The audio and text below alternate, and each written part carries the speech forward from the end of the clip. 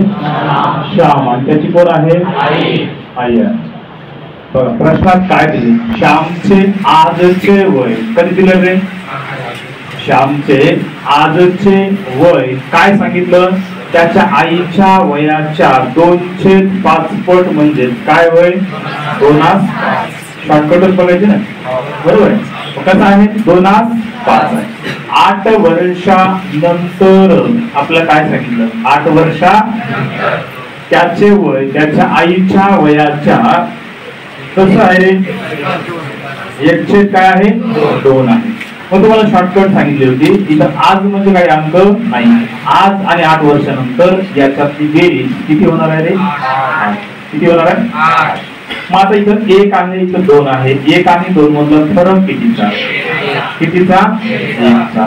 मग तिरपा गुणा करायचे. 2 गुणिले 2 काय?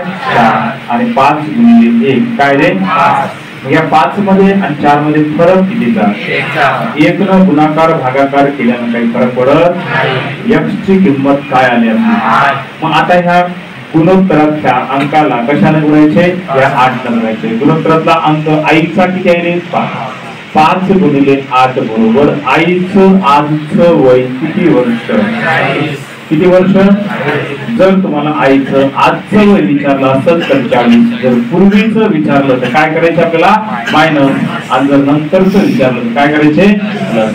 तुम्हाला जर श्यामचं वय काढायचं असेल तर गुणाकाराचा अंक रे 8. मग 8 ला जर तुम्ही 2 ला गुणलं तर 8 2 काय होतं?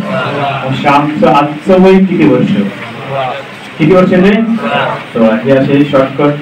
त्याच्यानंतर लॉंग कट पण सांगायचे का? चला